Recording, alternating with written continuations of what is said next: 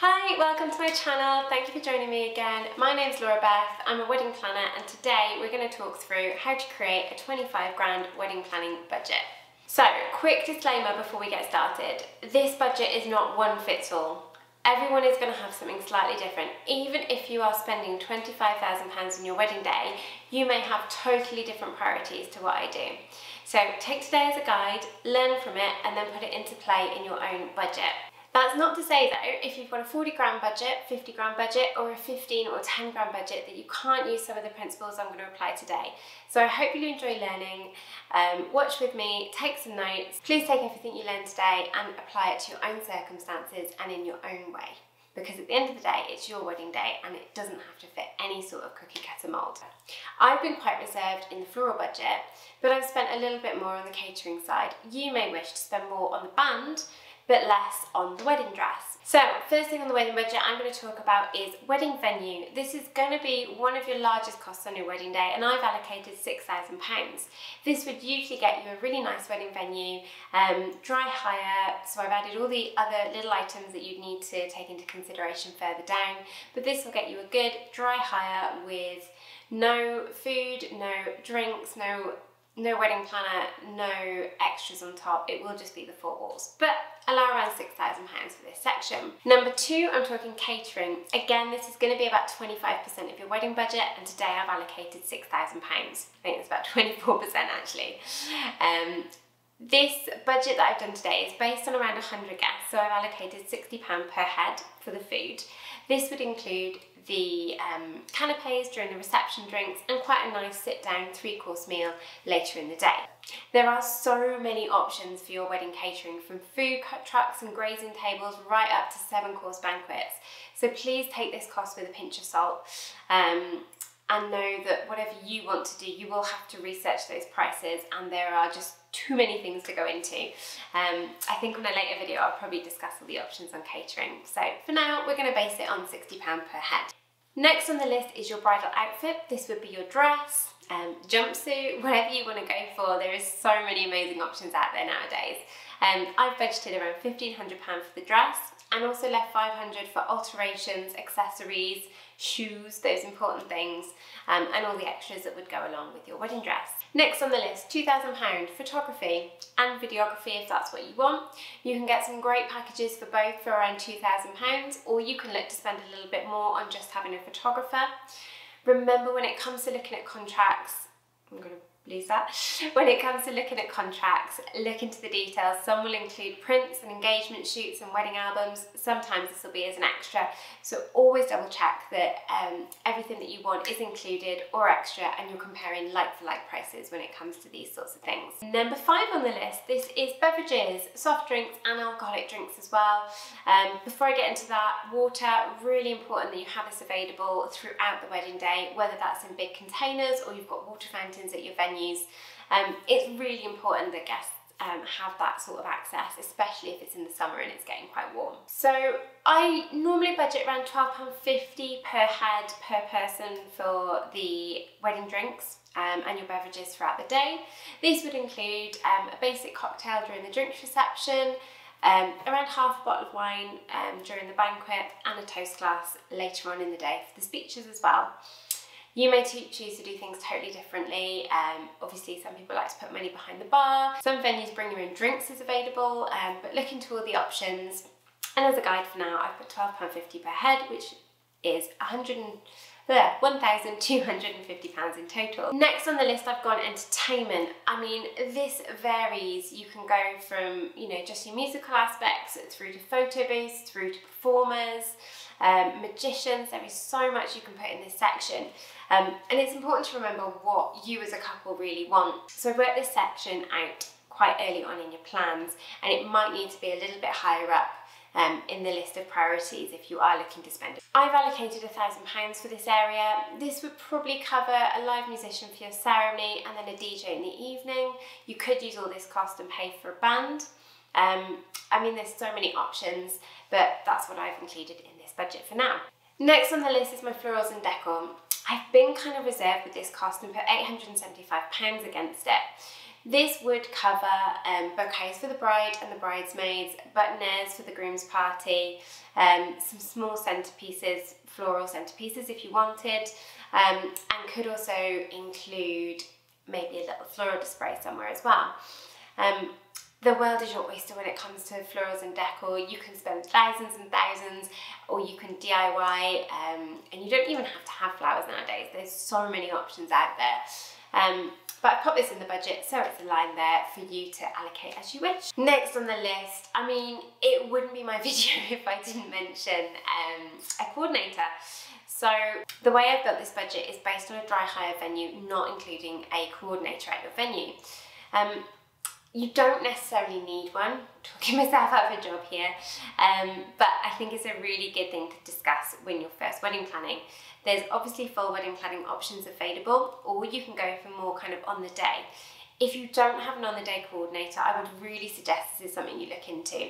My fees for on the day sit at £750. That covers 6 weeks before the wedding, and I get involved and I make all the arrangements for you. In that run up to the wedding, you're not stressing, you're not worrying about small details, we've got everything covered. You can arrive at your wedding day feeling way more relaxed than you would have if you hadn't kind of had anyone involved in helping out. If you've got the budget for it, it's great to have someone there on the day to sort everything out for you. So I've added that in at £750 and have a think whether it's something you will need as well. Next on my list at £625, I've added some evening catering. Again, this is quite a low kind of price I've put in here. This would be based on the fact that you've had quite a substantial day catering and haven't got any evening guests, so you wouldn't really need to provide that much food, if any, for the evening do. But I've added it in there because I think it's always good to at least think about it. If you're having a wedding where you're having more light food during the day and lots of evening guests, I would suggest that you up this a little bit more, as people will get hungry, and the last thing you want is everyone getting hungry and drinking way too much on the day. It's always good to have a little bit of food to nibble on later in the night. Next on the list, I've added your ceremony fees. I've allocated £500 for this. This is a set fee depending on what you go for, but can vary depending what your preference is with the legal aspect of getting married. The cheaper kind of end of the option is to go to the registry office. You'll get less fees if you're going there, and then maybe having a blessing on the wedding day by a family member. There's also options to have celebrants come on the wedding day to do your ceremony for you.